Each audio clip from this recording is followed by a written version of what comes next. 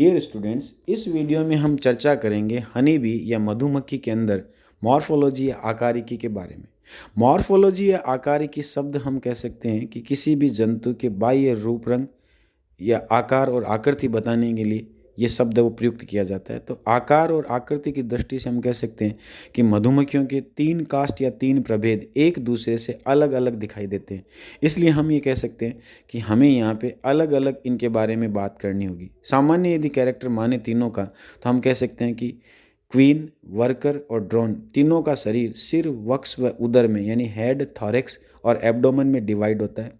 सिर के ऊपर हम कहते हैं कि एक जोड़ी एंटीनी, इसके अलावा एक जोड़ी संयुक्त नेत्र इनके अंदर पाए जाते हैं।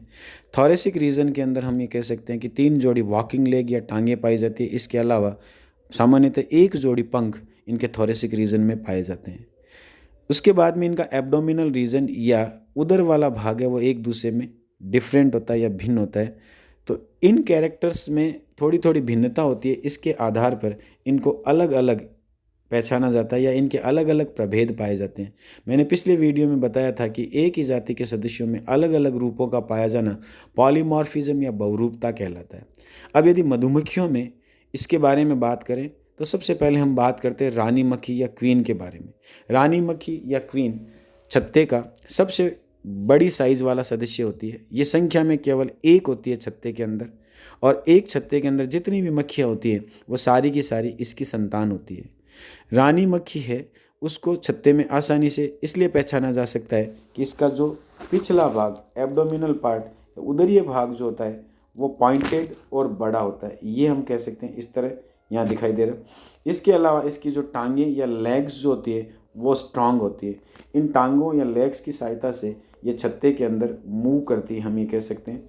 तो ये जो रानी है वो अपने आकार के द्वारा और अपने एब्डोमिनल पार्ट के द्वारा आसानी से पहचानी जा सकती है। ये जो है वो छत्ते के अंदर मुख्य रूप से अंडे देने का काम करती है, और इसके द्वारा दिए जाने वाले अंडे हैं वो संख्या में हम कह सकते हैं कि 1000 से 1500 अंडे प्रतिदिन ये देती है, और अपने जीवन काल में लगभग 15 लाख अंडे एक रानी है वो देती है।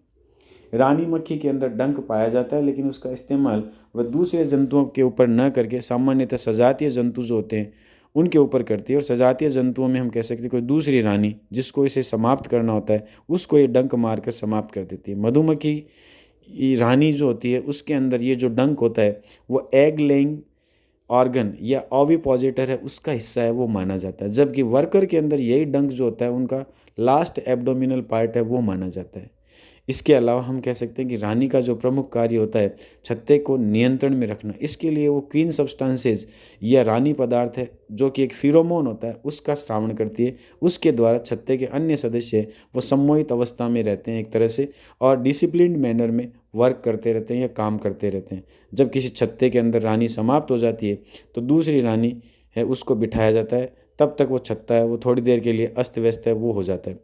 उसके बाद में यदि अपन बात करें दूसरे सदस्य जिसे अपन वर्कर के नाम से जानते हैं, नाम वर्कर है इसलिए हम ये कह सकते हैं कि ये सारे फंक्शन या कार्य जैसे शहद बनाना, इसके अलावा छत्ते की मरम्मत करना, छत्ते के अंदर नए कोष्ठ बनाना, छत्ते के अंदर जो भ्रूण या अंडे जो होते हैं उनकी देखभाल करना, इसके अलावा छत्ते के अंदर साफ़ सफाई करना, छत्ते के अंदर ये झाड़ू मारने का काम आप कह सकते हैं, छत्ते के अंदर हवा करने का काम, रानी की देखभाल करना, ये सब कार्य इन वर्कर्स के अंदर पाए जाते हैं या वर्कर के जिम्मे होते हैं।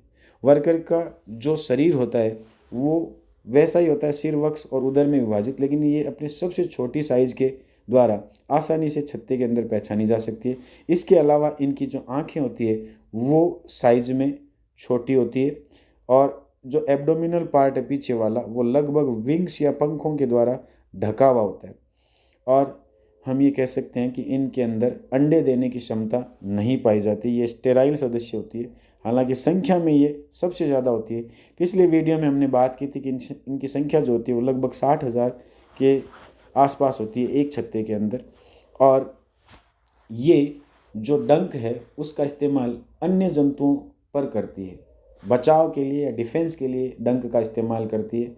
और डंक मारने के बाद में श्रमिक मक्खी की मौत हो जाती है, क्योंकि डंक जब वो मारती है तो अपने शरीर का लास्ट एब्डोमिनल पार्ट है वो तोड़ करके ये अलग करती है।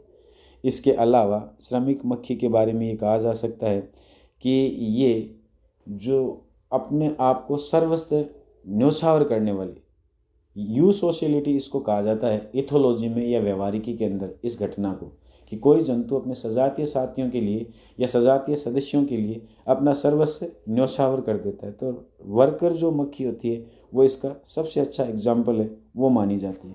उसके बाद में जो अगले सदस्य हैं वो ड्रोन्स या नर कहलाते हैं।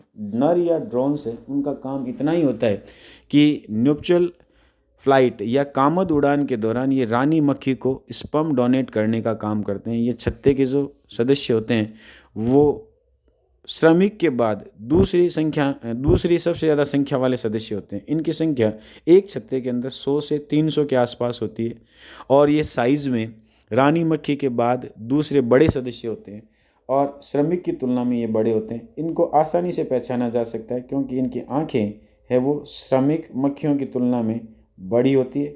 इनका एब्डोमिनल पार्ट है वो विंग्स के द्वारा पूरा ढका हुआ नहीं होता और इनको छत्ते के अंदर कम समय के लिए रखा जाता है। ये शहद का निर्माण हालांकि नहीं कर सकते, लेकिन ये भुक्कड़ प्रकृति के होते हैं और ज़्यादा मात्रा में इनको खाने के लिए चाहिए होता है, इसलिए ज़रूरत न होने की स्थिति में इनको छत्ते से बाहर की तरफ धकेल दिया जाता है। इस वीडियो में हमने मॉर्फोलॉजी या आकारिकी के बारे में बात की और 3 जो रूप होते हैं मधुमक्खी के अंदर, उनको अलग अलग उन रूपों के बारे में हमने बात की है। और अगले वीडियो में हम बात करेंगे कुछ अन्य जो टॉपिक्स है मधुमक्खी से संबंधित, जैसे हम कह सकते हैं उसकी बॉडी वॉल या देह भित्ति, इसकी डाइजेस्टिव सिस्टम या पाचन तंत्र, इसके रेस्पिरेटरी सिस्टम या श्वसन तंत्र, इसके रिप्रोडक्टिव सिस्टम या जनन तंत्र, इसके अंदर प्रोटेक्टिव जो एपरेटस या डिफेंस जो एपरेटस होता है, सुरक्षात्मक उपकरण डंक, इनके बारे में, इनकी लाइफ साइकिल है उनके बारे में। आज के लिए इतना ही, धन्यवाद।